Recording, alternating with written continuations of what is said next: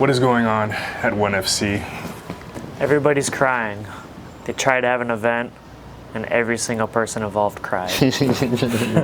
Quite a few big things happened. One of the most interesting things that happened is that Mikey Musmeci, which is the is he featherweight? He's the champion of their jiu-jitsu at a small weight class. Yes, small guy weight class, jiu-jitsu. He was moving up to do a grappling battle with Kade Ruotolo. Shout out to Kade Ruotolo. Everybody was super looking forward to this. It was a battle that was called out from beforehand. Mikey is kind of been the king of 1FC. Not only is he a champion, Kade is also a champion, but Mikey has pretty much finished everyone except for Gantumur Bayanduuren, who did not tap to Mikey Musumeci. He didn't finish him in the match, but he finished his fighting career. Yeah, despite breaking his legs and tearing ligaments apart, Bayanduuren didn't tap. Mikey still won, but yeah, Mikey has finished all of his matches other than that I can think of. Yeah, so Mikey was set to fight Kade. Do you call it a fight? Compete against. To compete against Kade Ruotolo at 170, a big jump. Mikey is usually at 135, so 1 week approximately before the match, Kade Ruotolo drops out due to an injury, an unspecified injury. Perhaps, maybe if with a little bit more digging, we could find out if there's what the injury was. I think the injury might just be maybe Kade doesn't want to fight for less than $1 million anymore. Let's go, Kade! Oh, wow. Yo, these are some three-piece combo right there. Kade with some collar ties of... Let's start again, all right? He did not like that little ankle kick. I know, I saw everything. Go! Cade's had a big year. He fought MMA this year. He's been competing a lot, and he just won CJI, the Craig Jones Invitational. Yes. He won $1 million, and I'm sure his body just has multiple pain spots. Yeah, he's been very And so... busy. I almost feel like I need to sit here for like 30 seconds. Take your time, dude. Just relax. You know what? Hey, here, let me give you a pillow. Here, lift your head up. Oh, God. That's an expensive. To go from winning $1 million into like a pretty tough match where I'm sure they're not paying well. Yeah, they're not going to be paying $1 million, and you're going against a guy that's probably going to be doing some knee damage for sure to you. With Mikey, he's on those legs.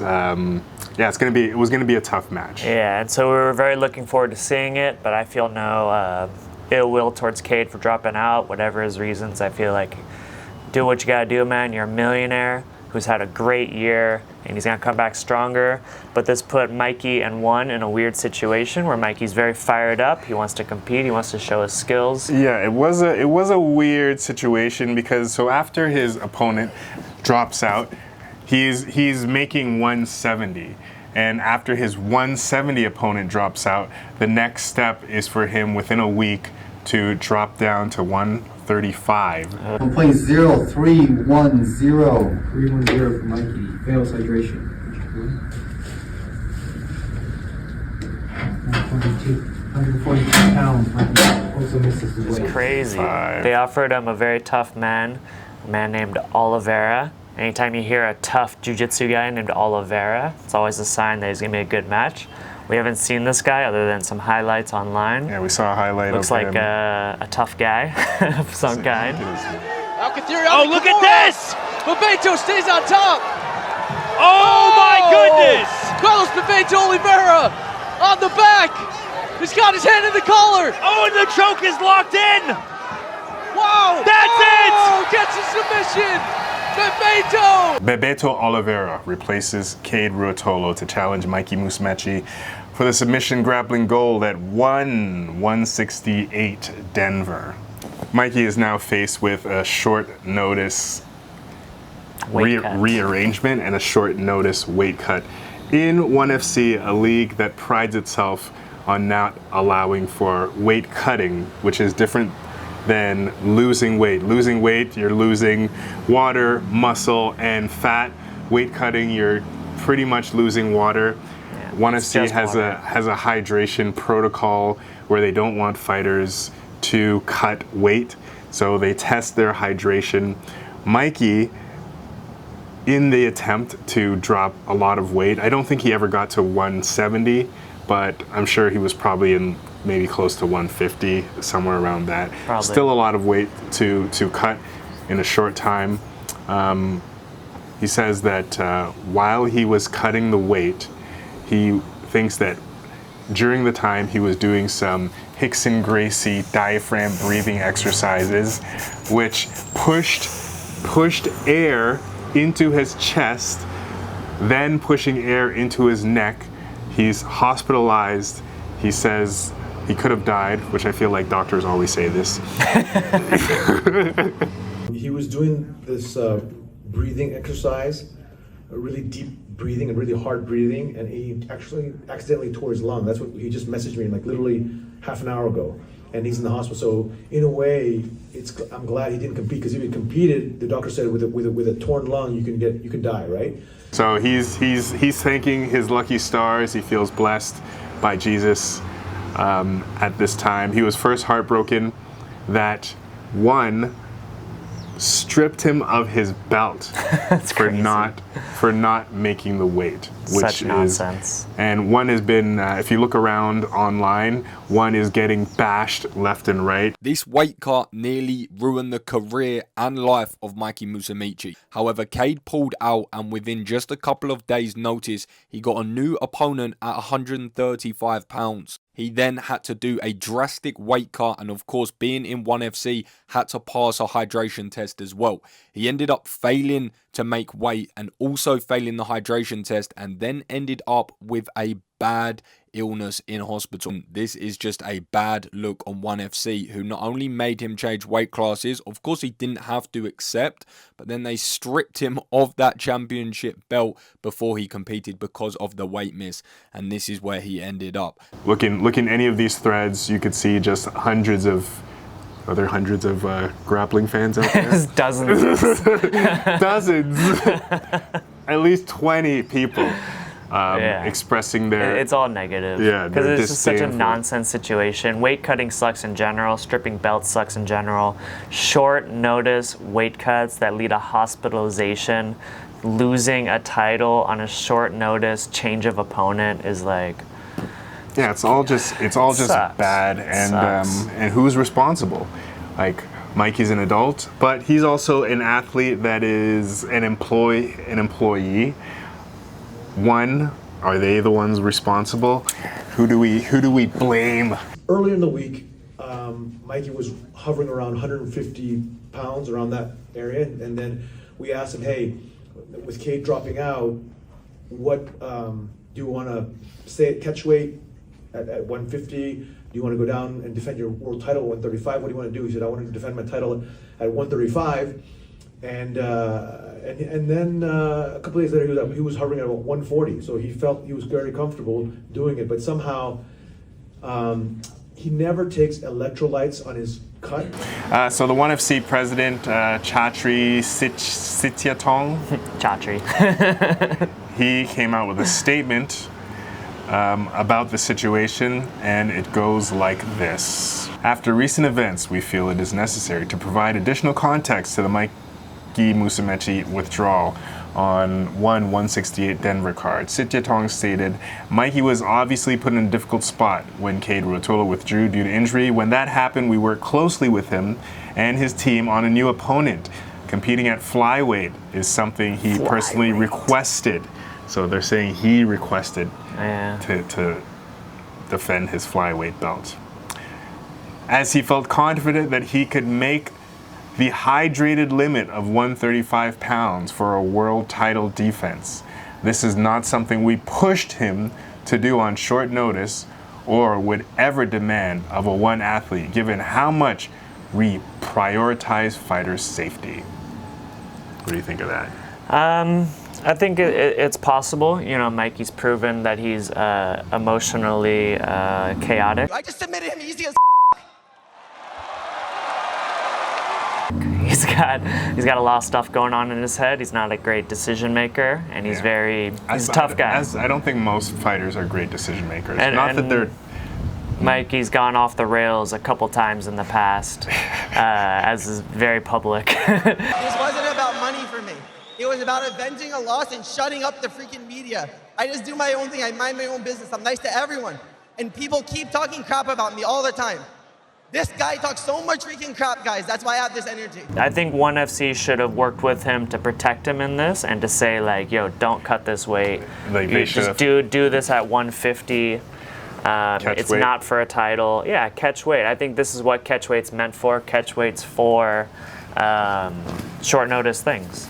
So ONE could have saved him from himself. Yes. And so it does make sense to me that Mikey would insist, but I think someone should have been there for him. Because I don't think he really has like a manager, like a stable coach. I know he bounces between people. He has training partners. He has stuff like that. But yeah, if he's making the decision himself, then Chatri should have been like, nah, man, it's 150 or something more reasonable, 145. Or find it's somebody, not for or the find belt. somebody else at 170, non-title, but maybe Kade Ruotolo. Yeah. Just change brothers. After Mikey failed weight and hydration tests on Thursday, he requested an open weight submission grappling contest against Bebito Oliviera. Yeah, that's what it should have been from the start. And we continue to work with him to try to keep him on the card. He ultimately felt it in his best interest to withdraw from the contest win, and we are honoring that. So it sounds like maybe it's not all on ONE. It sounds like from the first decision, maybe we shouldn't have tried going to 135. Yeah. But after failing to go to 135, they were in talks of making it a catch weight, which it should have been from the beginning. But failing to make weight means like you're almost dead. Yeah, failing to make. Yeah, I use this as I use this as a marker. Usually, if I'm watching an MMA match, if somebody fails making weight, there's a good chance they're going to lose just because of the struggle. 157 and a half. Official weight 157 and a half for Rafael Alves.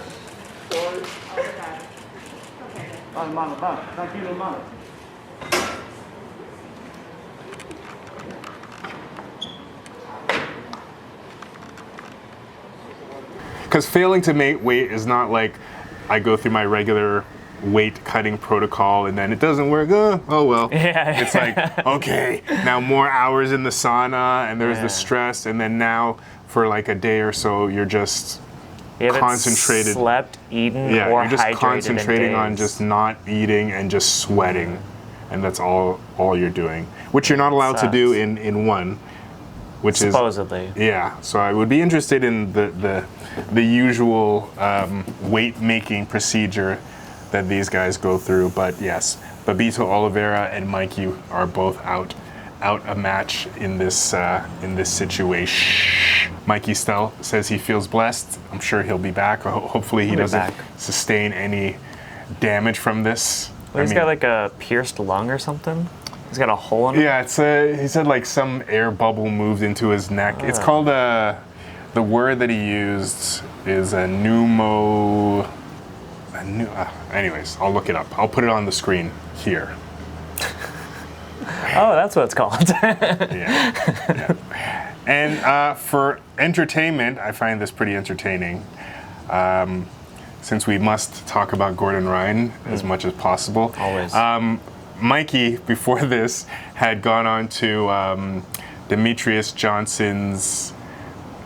Mighty Mouse Johnson's podcast, and he had talked about his steroid use. Did you hear anything about this? So Mikey, he's very proud that he hasn't used steroids, and so as a big example, he says that him and Gordon Ryan are 1 year apart, but Gordon Ryan looks like he's 40. And he attributes this to steroid abuse. So Gordon Ryan's 1 year older than me. Yeah. He looks like he's 40. Yeah. Are we the same? Are we 1 year apart? Like, how is that possible? Well, you also gotta look at genetics too. People, But all the guys that are on steroids, their bodies aged like 20 years. Yeah, well, of course, because that's what I'm saying. My body's like 20. His body's like 40. Yes, because he put his body through that stress. Yep. Obviously, the gut but issues. short term, like long term, I could compete like another 20 years if I want to. Oh, and you absolutely. could compete another so many years. Absolutely. But that's what I'm saying. Long term, we get to enjoy the sport so much longer because we don't abuse our body like that. Exactly. And we beat all those guys that take anyway, so it doesn't matter. Because we just have to work harder and we get more technical. Well, maybe you do. I don't. What do you mean? You beat all those fucking guys. You're the best in MMA ever. And Gordon Ryan abusing steroids is kind of an open secret. I've never heard Gordon say it directly, but I know like Joe Rogan on his podcast was like, Gordon's open about it. He talks about it, which means they hang out and Gordon talks about it. But publicly, Gordon's just quiet about it. Yeah, and he never denies it. Yeah. He never denies it. It's an open secret. Yes. So speaking to the point of Mikey saying that Gordon looks old, after Mikey drops out of the competition, gets stripped of his belt, and then he posts a picture of himself, Gordon posts, "At least you look young." And then he goes on to say, and Gordon, who is not 40 years old, I think he's in his late 20s. I'm gonna he's say like 28. 28, 29. So continuing with the joke, Gordon says, "In all my 40 years, I never missed weight," which I think is pretty petty, sure. which is so juicy and so hilarious at the same time. Yeah, as far as Gordon Ryan saying petty things, that's pretty mild. That's a pretty mild one. It's a little funny. It's a little retaliation. Speaking of, in this aside, I saw Nicky Ryan. He was on, I think it's called The Casuals podcast, and he said he's like, I could tell whenever Gordon goes on a cycle. Really? And he just says, he'll just send me a message and just be like, he said Gordon Ryan will just send him a random message and just say, "You suck." When 80 season comes around, Gordon peaks. He's I very know when red, he gets on steroids because I'll get like a random text like you suck. Or something like that. Wait, he'll text you random. Bro, that'll be like the premise of it, but like it'll go months just silence, and then when he gets on gear nearing a competition, he'll text me just some negative.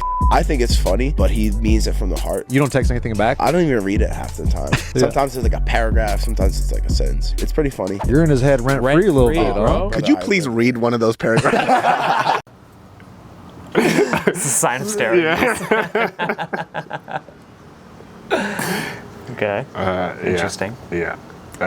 Rodriguez, shout out to him. He also a new millionaire, winning the above 80. Did I say Nicky Rod? Just called him Rodriguez. Yeah. Nicky Rodriguez. Yeah, technically his name. Everyone knows him as Nicky Rod. Yeah. Also a new millionaire, winning the over 80 kg division of the CJI. Yeah, dominated. Yeah, absolutely incredible. Yeah, his performance was amazing. I would say he would be the MVP of the whole situation. Yeah. Kade had a back and forth. It went to the judges. Two of them. Yeah, two very close matches. He had two close matches, but he still pulled it off. Yeah. But Nicky Rod, just complete domination. Yeah, fast finishes. Like this guy's the best in the room. Yeah, absolutely. Type of thing. Absolutely.